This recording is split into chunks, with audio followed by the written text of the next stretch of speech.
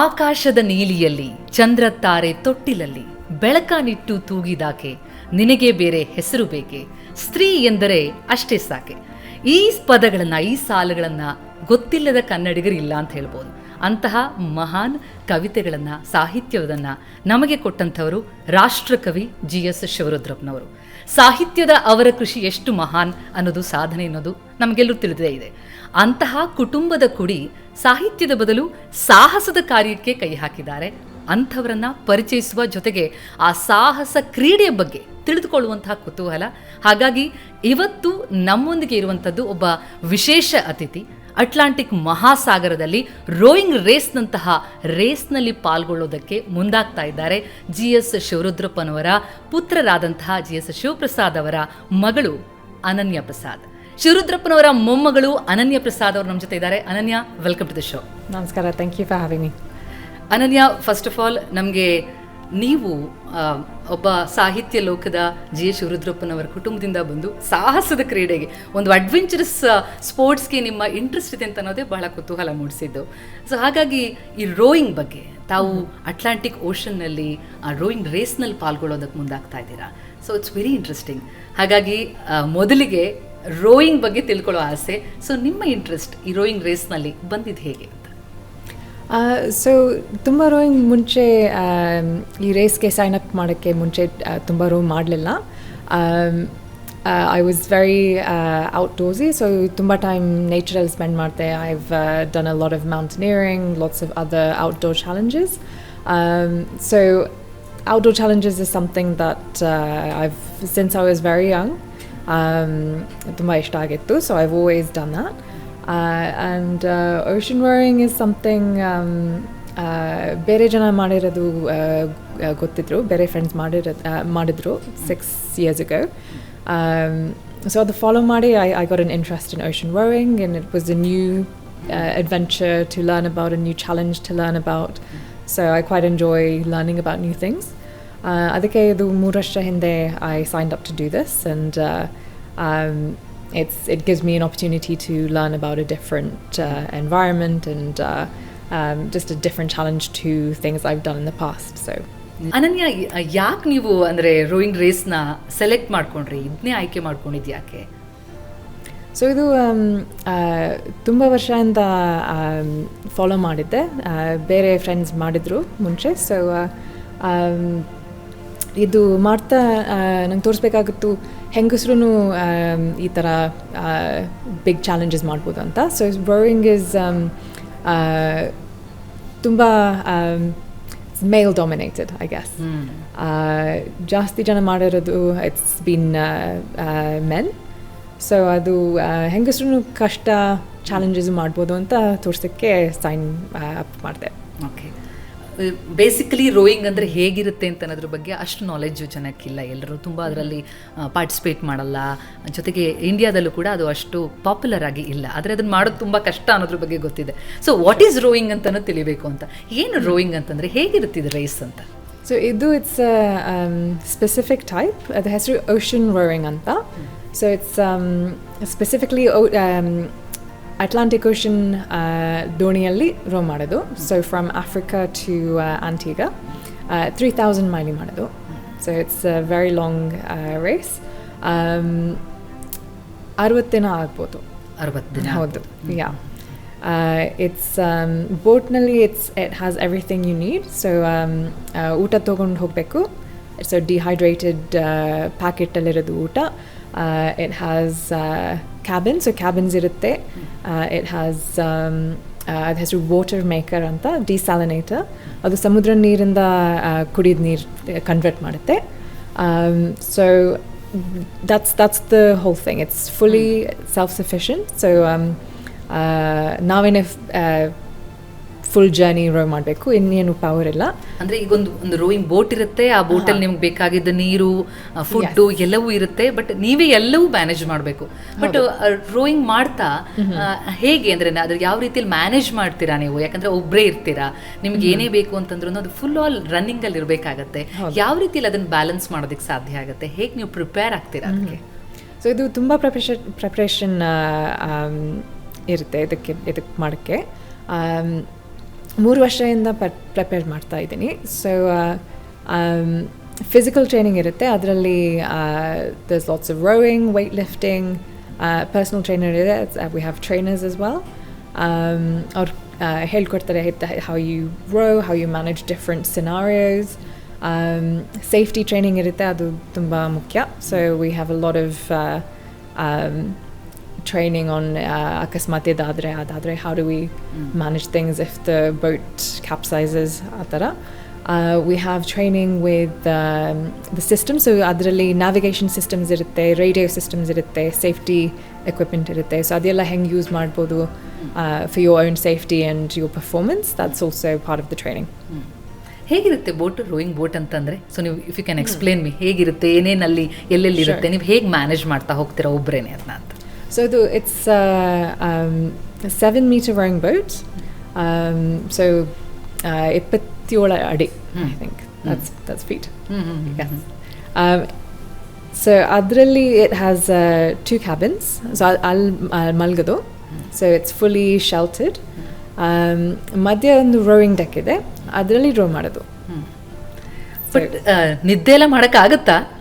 ಹೇಗೆ ಅದನ್ನ ಮ್ಯಾನೇಜ್ ಮಾಡ್ತೀರಾ? ಯಾಕಂದರೆ ಸಮುದ್ರದಲ್ಲಿ ಹೋಗೋದು ಅಂತಂದರೆ ಹಾಗೆ ಹೋಗುವಾಗ್ಲೇ ಬಹಳ ಭಯ ಇರುತ್ತೆ, ಅಲ್ಲಿ ಚಾಲೆಂಜಸ್ ಜಾಸ್ತಿ ಇರುತ್ತೆ.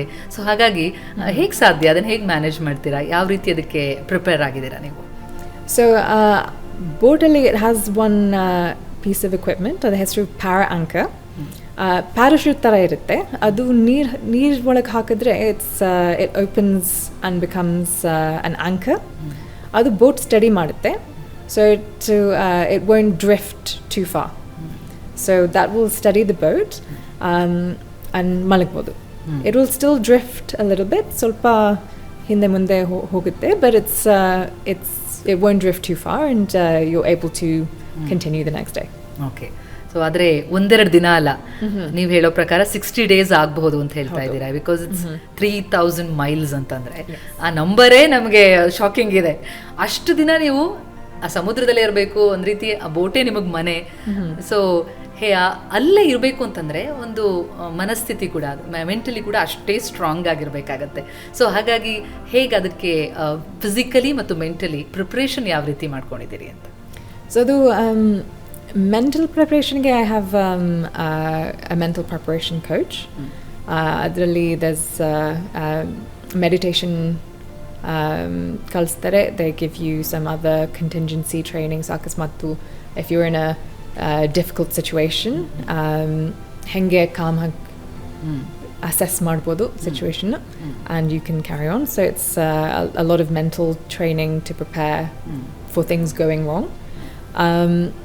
ಅದು ಬಿಟ್ಟು there's ತುಂಬ ಜನ ಮುಂಚೆ ಮಾಡಿರೋದು ಅವ್ರ ಜೊತೆ ಮಾತಾಡಿದ್ದೀನಿ. So other rowers who've done it before. ಅವರ ಅನುಭವ ನಿಮಗೆ ಹೆಲ್ಪ್ ಆಗುತ್ತೆ. And a lot of advice that they've given is about you should have something outside of yourself. So it shouldn't just be because you want to achieve something. It should be because you have a bigger purpose. So idರಲ್ಲಿ I'm fundraising for 2 charities. ಒಂದು ಇಂಡಿಯಾದ್ದು, ಒಂದು UKದು. So in India it's called the Dinabandhu Trust. Adu Anantashrama that my uncle founded. So I'm fundraising for that. And in the UK, in one charity, Mental Health Foundation, anta ondu charity ide. They do a lot of research into mental health. ಅಂದರೆ ಅನನ್ಯ ಅವರು ಅನನ್ಯ ಸಾಧನೆ ಮಾಡ್ತಾ ಇದ್ದಾರೆ, ಸಾಹಸ ಮಾಡ್ತಾ ಇದ್ದಾರೆ. ಅದರ ಜೊತೆಗೆ ಒಂದು ಸಾಮಾಜಿಕ ಕಳಕಳಿ ಇದೆ. ಆ ಕಳಕಳಿಯೊಂದಿಗೆ ಈ ಸಮುದ್ರದಲ್ಲಿ ಅವರ ಪ್ರಯಾಣ ಸಾಗುತ್ತೆ. ಅದು ಕೂಡ 3000 ಮೈಲುಗಳನ್ನು, ಅದು 60 ದಿನದಲ್ಲಿ ಕ್ರಮಿಸುವಂತಹ ಒಂದು ಗುರಿಯನ್ನು ಅವರು ಇಟ್ಕೊಂಡಿದ್ದಾರೆ. ಆದರೆ ಈ ರೋಯಿಂಗ್ನಲ್ಲಿ ಸಾಗುವಂಥ ಸಂದರ್ಭದಲ್ಲಿ ಸವಾಲೇನು ಬರುತ್ತೆ, ಅದ್ರ ಬಗ್ಗೆ ನಮ್ಗೆ ಖಂಡಿತ ಕುತೂಹಲ ಇರುತ್ತೆ. ಅನನ್ಯ, ಏನು ಚಾಲೆಂಜಸ್ ಎದುರಾಗುತ್ತೆ ಈ ಥರ ರೋಯಿಂಗ್ ಮಾಡುವಂಥ ಸಂದರ್ಭದಲ್ಲಿ? ಸೊ ನೀವು ಯಾವ ರೀತಿ ಟ್ರೈನ್ಡ್ ಇದ್ದೀರಾ ಅದಕ್ಕೆ? ಸೊ ಇದು ಮಾಡ್ತಾ ಇದೆ, sleep deprivation is a big thing. So ನಿದ್ದೆ ಆಗಲ್ಲ ಕರೆಕ್ಟಾಗಿ. ಬರೀ 2-3 ಗಂಟೆ ಒಂದ್ಸತಿ ನಿದ್ದೆ ಮಾಡ್ಬೋದು. Otherwise you have to be rowing and then sleeping. You have 20 foot waves. So ತುಂಬ ದೊಡ್ಡ ಅಲೆಗಳು ಬರುತ್ತೆ. Yeah, there's also solitude. So full 60 days ಒಬ್ಳೆ ಇರ್ತೀನಿ. ಸೊ ಅದನ್ನು ಮ್ಯಾನೇಜ್ ಮಾಡಬೇಕು. Yeah, so that can get difficult sometimes for some people. ಅದಕ್ಕೆ mental performance training ಮಾಡ್ತಾ ಇದ್ದೀನಿ. Aside from that, things can go wrong, so it's a dangerous environment. There's adli safety training ಕೊಡ್ತಾರೆ, but it's also something you have to manage yourself. How will I deal with fear? How will I deal with ಅಕಸ್ಮಾತ್ ಏನಾದ್ರು ಕೆಟ್ಟೋದ್ರೆ, if something breaks, how will I deal with that? You have to learn to fix it. You have to stay calm. So ಅದೆಲ್ಲ it's all part of the challenge. It's not just rowing. Rowing ರೇಸ್ನಲ್ಲಿ ಇದ್ರೆ ಅಂತಂದರೆ ನೀವು continuous ಆಗಿ ಹೋಗ್ತಾನೆ ಇರಬೇಕು, ಎಲ್ಲೂ break ಇರಲ್ಲ, ಕಂಪ್ಲೀಟ್ಲಿ ನೀವು ಓಷನ್ನಲ್ಲೇ ಇರ್ತೀರಾ. ಸೊ ನಿಮಗೆ ಆಕಾಶನೇ ಸೂರು. ಕರೆಕ್ಟ್. ಸೊ ಆ ಚಾಲೆಂಜನ್ನು ಎದುರಿಸ್ಬೇಕು ಅಂತಂದರೆ ಮೇನ್ಲಿ ತಾವು ಹೇಳಿದ್ರಿ, ಒಂದು ನಿದ್ದೆ, ಇನ್ನೊಂದು ಫುಡ್ಡು, ಬಟ್ ನಿಮ್ಮ ಹೆಲ್ತ್ ಕಂಡೀಷನ್ ನೀವು ತುಂಬ ಚೆನ್ನಾಗಿ ಕಾಪಾಡ್ಕೋಬೇಕಾಗತ್ತೆ. ಸೊ ಅದಕ್ಕೆ ಯಾವ ರೀತಿಯಲ್ಲಿ ಪ್ರಿಪೇರ್ ಆಗಿದ್ದೀರಾ? ಸೊ ಎಷ್ಟು ಡಿಫಿಕಲ್ಟ್, ಬಿಕಾಸ್ ಇದು ಫಿಸಿಕಲಿ ಚಾಲೆಂಜಿಂಗ್ ಸ್ಪೋರ್ಟ್ ಅಂತ ಅನಿಸುತ್ತೆ ಇದು ನೋಡ್ತಾ ಹೋದರೆ, ಹಾಗಾಗಿ ಫಿಸಿಕಲ್ ಫಿಟ್ನೆಸ್ ಕೂಡ ಅಷ್ಟೇ ಮುಖ್ಯ ಅಂತ. ಸೊ 3 ವರ್ಷ ಹಿಂದೆ ಸೈನ್ ಅಪ್ ಮಾಡಿದೆ ಇದಕ್ಕೆ. So since then rowing train ಮಾಡ್ತಾ ಇದ್ದೀನಿ. So I have rowing machine at home. ಅದು ಬಿಟ್ಟು ತುಂಬ ವೆಯ್ಟ್ ಟ್ರೈನಿಂಗ್ ಕೊಡ್ತಾರೆ ಆ್ಯಂಡ್ ಸ್ಟ್ರೆಂಗ್ತ್ ಟ್ರೈನಿಂಗ್, ಅದು ತುಂಬ ಮುಖ್ಯ. So it's just building resilience. So ಅದು ಮಾಡೋದು you can take as much time as you want. ತುಂಬ ಫಾಸ್ಟ್ ಮಾಡೋದು ಏನು that's up to you. There's no point in doing it very fast. Speed ನಿಮಗೆ ಬಿಟ್ಟಿದ್ದು, ನೀವು ಎಷ್ಟು ಸ್ಪೀಡಲ್ಲಿ ಹೋಗ್ತೀರಾ ಅಂತ ಅನ್ನೋದು ನಿಮ್ಮ ಕಂಟ್ರೋಲಲ್ಲಿ ಇರುತ್ತೆ. ಆದರೆ it's still quite taxing on the body. So it's just training your body to be as robust and resilient as possible. ದಿನ ಎಷ್ಟು ಕಿಲೋಮೀಟ್ರ್ ಹೋಗ್ಬೋದು? ಯಾವ ರೀತಿಯಲ್ಲಿ ಪ್ಲ್ಯಾನಿಂಗ್ ಇರುತ್ತಾ, ಇಷ್ಟೇ ಹೋಗಬೇಕು ಎವ್ರಿ ಡೇ ಅಂತ ಅನ್ನೋದಕ್ಕೆ? ಜೊತೆಗೆ ನೀವು ಹೋಗ್ತಾ ಇರೋದಕ್ಕೆ ಆ ನ್ಯಾವಿಗೇಷನ್ ಅದನ್ನೆಲ್ಲ ನೀವು ಹೇಗೆ ಮಾಡ್ಕೊಂಡು ಹೋಗ್ತೀರಾ? ನಿಮ್ಗೆ ಏನೇನು ಫೆಸಿಲಿಟಿಗಳನ್ನ ಕೊಡಲಾಗತ್ತೆ ಅಂತ?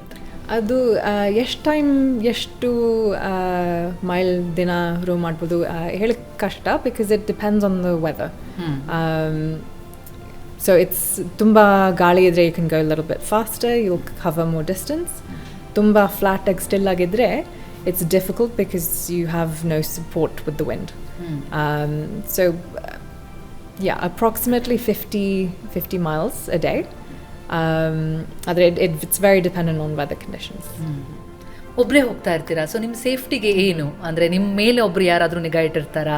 ಸೊ ಹೇಗೆ ನಿಮ್ಮ ಜೊತೆ, ಅಥವಾ ನೀವು ಎಲ್ಲಿ ಹೋಗ್ತಾ ಇದ್ದೀರಾ, ಸೇಫ್ಟಿ ಇದೆಯಾ, ಕಂಡೀಷನ್ ಹೇಗಿದೆ, ನೀವು ಕಮ್ಯುನಿಕೇಷನ್ ಹೇಗೆ ಮಾಡ್ಕೊಳ್ತೀರಾ? ಸೊ ಅದು ಸ್ಯಾಟಲೈಟ್ ಫೋನ್ಸ್ ಇರುತ್ತೆ ಬೋಟಲ್ಲಿ. We even have internet. So ಅಕಸ್ಮಾತ್ ಹೆಲ್ಪ್ ಕರಿಬೇಕಾದ್ರೆ we can satellite communicate in phone for help. ಅದು ಬಿಟ್ಟು with internet, if you have any medical conditions, ಅದು ಡಾಕ್ಟರ್ಸ್ ನೋಡ್ಬೋದು. You can physically see through video call. So that's also there for safety. it's an organized race. ಅದ್ರ ಹೆಸರು world's toughest rho. ಅವರೇನೇ ಇದು organise ಮಾಡೋದು. So they will monitor you every day. GPS ಇರುತ್ತೆ. You have satellite tracking. So every day they will track you and check you're okay. Solo race ಅಂತಂದರೆ ಈಗ ನಿಮ್ಮ ಬೋಟಲ್ಲಿ ನೀವಿರ್ತೀರ, ಅದರ ಜೊತೆಗೆ ಬೇರೆ ಬೋಟ್ಗಳು ಹೋಗ್ತಾ ಇರ್ತವ, ಅವ್ರದ್ದೇನಾದರೂ ಹೆಲ್ಪ್ಗಳು ಸಿಗುತ್ತಾ, ಅಥವಾ ಯಾವ್ದಾದ್ರು ಯಾಚುಲ್ ಬಂದು ನಿಮ್ಗೆ ಹೆಲ್ಪ್ ಮಾಡುವಂಥದ್ದು ಆ ಥರದ್ದಿರುತ್ತಾ, ಹೇಗದು ಅಂತ? ಸೊ ಬೇರೆ ಬೋಟ್ಸ್ ಇರುತ್ತೆ ಸಮುದ್ರದಲ್ಲಿ. It's a very busy shipping route. ಆದರೆ ಅವರು ಹೆಲ್ಪ್ ಕೊಟ್ಟರೆ ಇಟ್ಸ್ ಡಿಸ್ಕ್ವಾಲಿಫಿಕೇಶನ್. ಸೊ ಅಕಸ್ಮಾತ್ ಎಮರ್ಜೆನ್ಸಿ ಇದ್ದರೆ, if you need emergency help, ಅವ್ರಿಗೆ ರೇಡಿಯೋ ಮಾಡ್ಬೋದು. ಆದರೆ ಸ್ಯಾಟಲೈಟ್ ಫೋನಲ್ಲಿ ಹೆಲ್ಪ್ ಕರಿಬೋದು. But otherwise it's fully down to you. ಯಾವಾಗ ಸ್ಟಾರ್ಟ್ ಆಗ್ತಿದೆ ರೇಸ್? ಎಷ್ಟು ಎಕ್ಸೈಟ್ ಆಗಿದ್ದೀರಾ? In December. So December 12th start ಆಗುತ್ತೆ. ಓಕೆ. ಸೊ ಅಲ್ಲಿಂದ ಇಷ್ಟು ದಿನ ಅಂದರೆ 60 days ಅಂತ ಅಂದರೆ ನೀವು ಅಂದರೆ ಕಂಪ್ಲೀಟ್ಲಿ ಅದು ಫಿಕ್ಸ್ ಆಗಿರುತ್ತಾ, ಅಥವಾ ಅಲ್ಲಿನ ಕಂಡೀಷನ್ ಮೇಲೆ ಇಟ್ ಡಿಪೆಂಡ್ಸ್, ಆ ಥರ ಇರುತ್ತೆ? Generally it's 1 or 2 days aside from 12th. But every year it starts around 12th. 13th. Yeah. ಅಲ್ಲ ಎಂಡ್ ಆಗುವಂಥದ್ದು ಹೇಗೆ ಈಗ 12th ಸ್ಟಾರ್ಟ್ ಆದರೆ Oh, okay. ಸೊ 60 ಡೇಸ್ ಅಂತಂದರೆ 60 ಡೇಸಲ್ಲೇ ಮುಗಿಸೋದಕ್ಕೆ ಸಾಧ್ಯನಾ? So how is it? Oh, adu it's weather depend ಆಗುತ್ತೆ. So it can be 60 days, it can be 50 days, ಅದಕ್ಕಿಂತ ಜಾಸ್ತಿ ಆಗ್ಬೋದು, it can be 70, 80 days. So ಅದು ಹೇಳಕ್ಕೆ ಕಷ್ಟ. It's approximately 60. ಆದರೆ weather ಏನು ಮಾಡುತ್ತೆ, it's difficult to say. So it'll depend also on the weather and your own preparations as well. ಇಷ್ಟು ಅಡ್ವೆಂಚರಸ್ ಆಗಿರೋಂಥ ಸ್ಪೋರ್ಟ್ನ ಸೆಲೆಕ್ಟ್ ಮಾಡ್ಕೊಂಡಿದ್ದೀರಿ. ಫ್ಯಾಮಿಲಿಯಲ್ಲಿ ಈ ಥರ ಅಡ್ವೆಂಚರ್ ಬಗ್ಗೆ ಇರೋವಂಥದ್ದು ಆಸಕ್ತಿ ಇರೋವಂಥವ್ರು ಬೇರೆ ಯಾರಾದರೂ ಇದ್ರಾ? ಅವರಿಂದ ಏನಾದರೂ ನಿಮಗೆ ಇನ್ಸ್ಪೈರ್ ಆದ್ರಾ? ಹೇಗೆ ಫ್ಯಾಮಿಲಿ ಎಲ್ಲ ಹೇಗೆ ಒಪ್ಕೊಂಡ್ರಾ? ಇದಕ್ಕೆ ಯಾವ ರೀತಿ ಒಪ್ಕೊಂಡ್ರು ನಿಮಗೆ? ಸೊ ತುಂಬ ಜನ ನನ್ನ ಫ್ಯಾಮಿಲಿಯಲ್ಲಿ ಈ ಥರ ಸ್ಪೋರ್ಟಿಂಗ್ ಚಾಲೆಂಜಸ್ ಮಾಡಿಲ್ಲ. But that's also why I signed up, because I wanted to show that you don't have to come from a sporting background or a specific background to do something and achieve something in a different field. So it's the message with all of this is saying it doesn't matter which field you're in. Interest idre, commit madidre, you can achieve whatever you want to do. But my ನನ್ನ ತಾತ and my father and my grandfather, ಅವ್ರಿಗೆ nature ತುಂಬ interest ಇದೆ. My grandfather wrote a lot about nature and loved to travel. So I think ಅದರಿಂದ ನನ್ನ interest ಚಿಕ್ಕವಳಿಂದಾಗ ಇದೆ. Yeah, I've had that interest. ಬೆಳೆದಿದ್ದೆಲ್ಲ ಇಂಗ್ಲೆಂಡ್ನಲ್ಲೇ, ಸೊ ಹಾಗಾಗಿ ಆದ್ರೂ ಕನ್ನಡ ಇಷ್ಟು ಮ್ಯಾನೇಜ್ ಮಾಡ್ತಾರೆ, ದಟ್ಸ್ ಕಮೆಂಡೇಬಲ್. ಖುಷಿ ಆಯಿತು. ಆದರೆ ಬರುತ್ತೆ, ತುಂಬ ಎಲೆಕ್ವೆಂಟ್ ಆಗಿ ಮಾತಾಡಕ್ಕೆ ಬರಲ್ಲ, but yeah. But G H ಶಿವರುದ್ರಪ್ಪನವ್ರ ಬಗ್ಗೆ, ನಿಮ್ಮ ಅಜ್ಜನ ಬಗ್ಗೆ ಹೇಳೋದಾದರೆ, ಅವ್ರ ಜೊತೆ ಕಳೆದಂಥ ದಿನ ಏನು ಮೆಮೊರಿ ಇದೆ ನಿಮಗೆ? He used to be very ತುಂಬ ಡಿಸಿಪ್ಲಿನ್ಡ್ ಆಗಿದ್ರು. He was very focused on his work, very dedicated to his work. So I think that's a good message with anything that you do, whether it's ocean rowing or any field. It's important to have dedication and be prepared and commit to a topic. ಲಿಟ್ರೇಚರಲ್ಲಿ ಆಸಕ್ತಿ ಇತ್ತ ನಿಮಗೆ? ಯಾವತ್ತಾದರೂ ಅದರಲ್ಲಿ ಪ್ರಯತ್ನ ಪಟ್ಟಿದ್ದೀರಾ? So ಹೇಗೆ ಅಂತ? ಚಿಕ್ಕವಳಾಗಿದ್ದಾಗ I used to write a little bit of poetry. ಈಗ ತುಂಬ ಟೈಮ್ ಇರಲ್ಲ, but I've always appreciated poetry. ಆದರೆ ಬರೆಯೋದು ಅಷ್ಟೊಂದು ಸ್ಕಿಲ್ಸ್ ಇಲ್ಲ. ಓಕೆ. ಬಟ್ ಬೇಸಿಕಲಿ ಅನನ್ಯ ಏನು ಮಾಡ್ತಾರೆ? ಯಾವುದ್ರಲ್ಲಿ ಇಂಟ್ರೆಸ್ಟ್ ನಿಮಗೆ ರೋಯಿಂಗ್ ಬಿಟ್ಟು? ಸೊ ಏನು ಓದಿರೋದು, ಎಲ್ಲಿ ಓದಿರೋದು? So I'm an economics graduate. Economics ಓದಿದ್ದೀನಿ. So I have done a master's in public policy. So ಅದರಲ್ಲಿ I'll be hopefully starting a career after ocean rowing. Rowing bittu, by background I've done accounting and finance. Ad bittu marketing al kelsa madidini. So I recently finished a degree in public policy. So ega I'm focused on ocean rowing. Adadmele I'll be starting a career in public policy. Okay. So ಕನಸೇನಿದೆ? ಒಂದು ಕನಸು ನಿಮ್ದಿರೋದು, ನಿಮ್ಮ dream ಇರೋದು rowing ರೇಸ್ನಲ್ಲಿ ಭಾಗವಹಿಸೋದು, participate ಮಾಡೋದು. ಅದಕ್ಕೆ ನಮ್ಮೆಲ್ಲರ ಕಡೆಯಿಂದ ನಿಮಗೆ all the best ಹೇಳ್ತೀನಿ. ಬಟ್ ಏನು ಅದನ್ನು ಬಿಟ್ಟು ನಿಮ್ಮ ಡ್ರೀಮ್ ಏನು ಅಂತ? ಗಾಶ್, ಇವಾಗ ಅದನ್ನೇ, that's my main focus, because it's so time consuming and thought consuming. Adadmele I'm sure there'll be other sporting things or different challenges, but ivaga I'm just focused on that at the moment. Sports ಮೊದಲಿಂದನೂ interest ಇತ್ತಾ, ಅಥವಾ ಈ rowing ಬಗ್ಗೆ ಇರೋವಂಥ interest ಆ ಕಡೆ ಸೆಳ್ತಾ ಬಂದಿತ್ತಾ ಅಂತ? Sports ಇಂದ ಔಟ್ಡೋರ್ಸ್ ತುಂಬ ಇಂಟ್ರೆಸ್ಟ್ ಇದೆ. So I think more nature and being in nature and outdoor sports, that is more my interest than sports itself. So chikkolagidaga, since I was younger, I used to enjoy spending time in nature, so that's always been my interest, my main interest over sports, I think. ಅನನ್ಯ, ತುಂಬ ಜನರಿಗೆ ಸ್ಪೋರ್ಟ್ಸಲ್ಲಿ ಆಸಕ್ತಿ ಇರುತ್ತೆ, but ಹೇಗೆ ಅದಕ್ಕೆ participate ಮಾಡೋದು ಮತ್ತು ಹುಡುಗಿರು ಪಾರ್ಟಿಸಿಪೇಟ್ ಮಾಡೋಕ್ಕೆ ಆಗುತ್ತಾ, ಎಲ್ಲ ಇನ್ಹಿಬಿಷನ್ಸ್ ತುಂಬ ಜನರಿಗೆ ಇದ್ದೇ ಇರುತ್ತೆ. ಸೊ ಏನು ಹೇಳ್ತೀರಾ ಹುಡುಗಿರಿಗೆ ಈ ರೀತಿಯಲ್ಲಿ ರೋವಿಂಗ್ ರೇಸ್ನಂಥದ್ರಲ್ಲೂ ಪಾರ್ಟಿಸಿಪೇಟ್ ಮಾಡ್ಬೋದು ಅಂತ ಅನ್ನೋದನ್ನು ಹೇಳ್ತೀರಾ? ಯಾವ ರೀತಿ ಮುಂದೆ ಬರಬೇಕು, ಹೆಚ್ಚೆಚ್ಚು ಸ್ಪೋರ್ಟ್ಸ್ ಅಡ್ವೆಂಚರಸ್ ಆ್ಯಕ್ಟಿವಿಟೀಸ್ನಲ್ಲಿ ಮಹಿಳೆಯರು ಭಾಗವಹಿಸಬೇಕು ಅಂತೀರಾ ನೀವು? ನನ್ನ ಅಡ್ವೈಸ್ಗೆ ಹುಡುಗಿರಿಗೆ I think it's don't see yourself as I am a girl and therefore differentiate yourself from boys. I think general matter agalla anta anodu. Haudu, I think problem is not just society saying women shouldn't do this. I think namde mansalli we think we're sometimes we tell ourselves we're not capable of doing something because ನಾವೇ ನಮ್ಮ ಮನಸ್ಸಲ್ಲಿ ನಮ್ಗೆ ಆಗಲ್ಲ ಅಂತ ಅನ್ಕೊಂಡ್ಬಿಟ್ಟಿರ್ತೀವಿ. ಹಂಗೆ ಅನ್ಕೊಳ್ಬಾರ್ದು ಅಂತ ಅನ್ನೋದು main ಅದು. Because you just see boys or men doing something. So I think you shouldn't think I'm not capable just because tumba hudugiru marta illa. I think it's we're just as capable. We need to push ourselves to do it, and it's bari society alla. I think sometimes we tell ourselves we're not capable of doing things. So yeah, and small like start ಮಾಡ್ಬೋದು. You don't have to row an ocean. Anything that puts you out of your comfort zone, you can start that.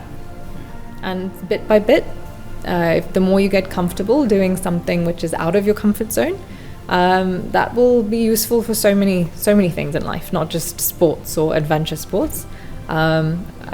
It'll have benefits for so many things. Wonderful. ಅನನ್ಯ, ನಿಮ್ಮ ಅನನ್ಯವಾದಂತಹ ಒಂದು ಮಾರ್ಗ ಇದು ನಿಜಕ್ಕೂ ಕೂಡ. ನಿಮ್ಮ ಈ ರೋಯಿಂಗ್ ರೇಸ್ ಯಶಸ್ವಿಯಾಗಲಿ. All the very best. Safe ಆಗಿ ಹೋಗಿ ವಾಪಸ್ ಬನ್ನಿ. ಇನ್ನಷ್ಟು ಜನರಿಗೆ ನೀವು ಇನ್ಸ್ಪೈರ್ ಮಾಡಿ ಅಂತ ಹೇಳ್ತೀನಿ. Thank you so much. Thank you for having me. ಇದಾಗಿತ್ತು ಅನನ್ಯ ಅವರ ಅನನ್ಯ ಜರ್ನಿ. ನಿಜಕ್ಕೂ ರೋಯಿಂಗ್ ರೇಸ್ನಂತಹ ಚಾಲೆಂಜಿಂಗ್ ಜಾಬನ್ನು, ಚಾಲೆಂಜಿಂಗ್ ಸ್ಪೋರ್ಟ್ಸನ್ನು ಅವರು ಆಯ್ಕೆ ಮಾಡ್ಕೊಂಡಿದ್ದಾರೆ. ಬಹುಶಃ ಒಂದು ಕನಸಿದ್ರೆ, ಒಂದು ಛಲ ಇದ್ದರೆ, ನಾವು ಇದನ್ನು ಮಾಡಬೇಕು ಅನ್ನೋದನ್ನು, ಆ ಒಂದು ಆತ್ಮಸ್ಥೈರ್ಯ ಇದ್ದರೆ ಯಾವುದೂ ಕೂಡ ಕಷ್ಟ ಅಲ್ಲ ಅನ್ನೋದಕ್ಕೆ ಅನನ್ಯ ಮಾದರಿಯಾಗಿದ್ದಾರೆ. ಇದಾಗಿತ್ತು ಇವತ್ತಿನ ವಿಶೇಷ. ನೇರ, ದಿಟ್ಟ, ನಿರಂತರ ಸುದ್ದಿಗಾಗಿ ನೋಡ್ತಾ ಇರಿ ಏಷ್ಯಾನೆಟ್ ಸುವರ್ಣ ನ್ಯೂಸ್.